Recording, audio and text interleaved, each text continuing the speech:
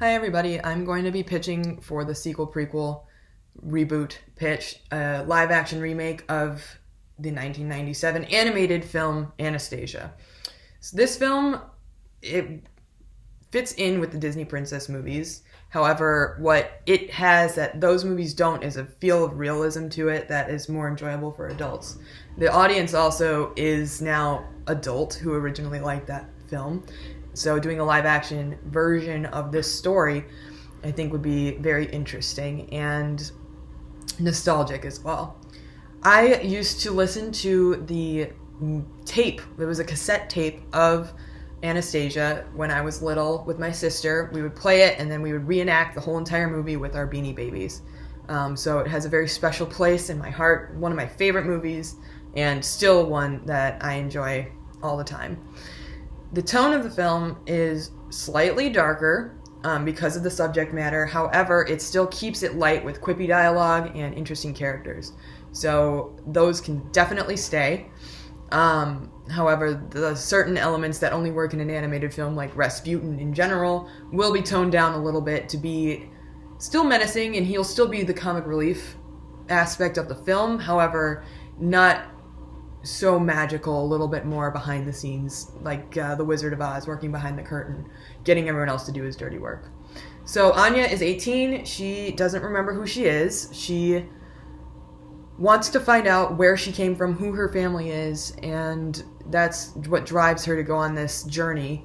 Eventually she ends up figuring out that what's important is not her past, but where she's going in her future.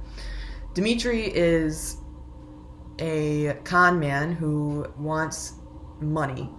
He thinks money will make him happy and make him satisfied, and he learns as he takes Anya on this journey to find her grandmother that it's really more he wants to feel fulfilled, and the only way to feel that way is with Anya, he finds.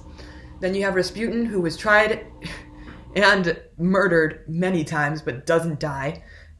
Which is true in real life, and that'll still be the same in this film. And he wants to get revenge on the family that was so brutally dismissive of him.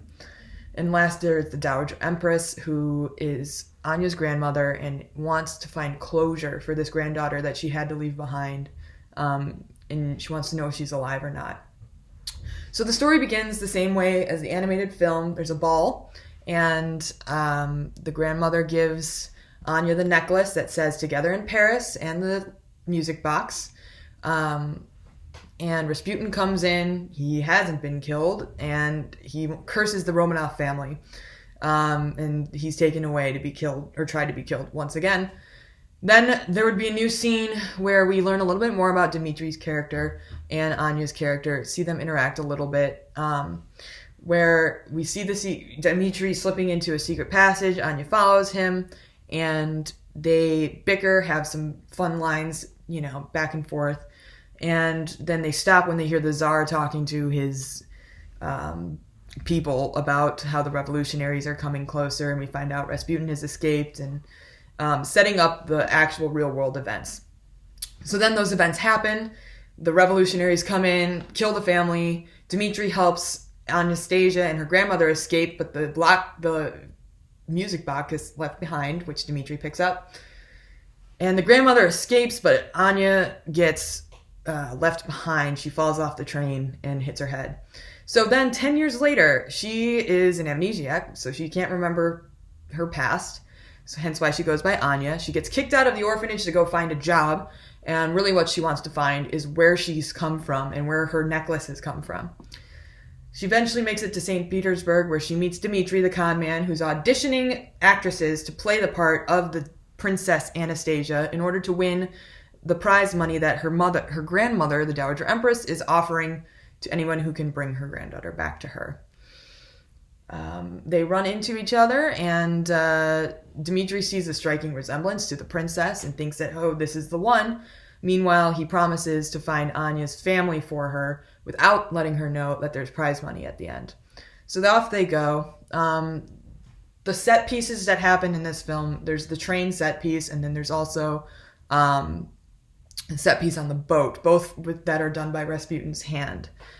In this version, it'll still be him. However, he'll be kind of controlling people to do it. So it's actually people doing it, kind of keeping with the realism of this film and the story itself. So, immigration officers will be there to check their forged passports, and they have to run and jump off the train.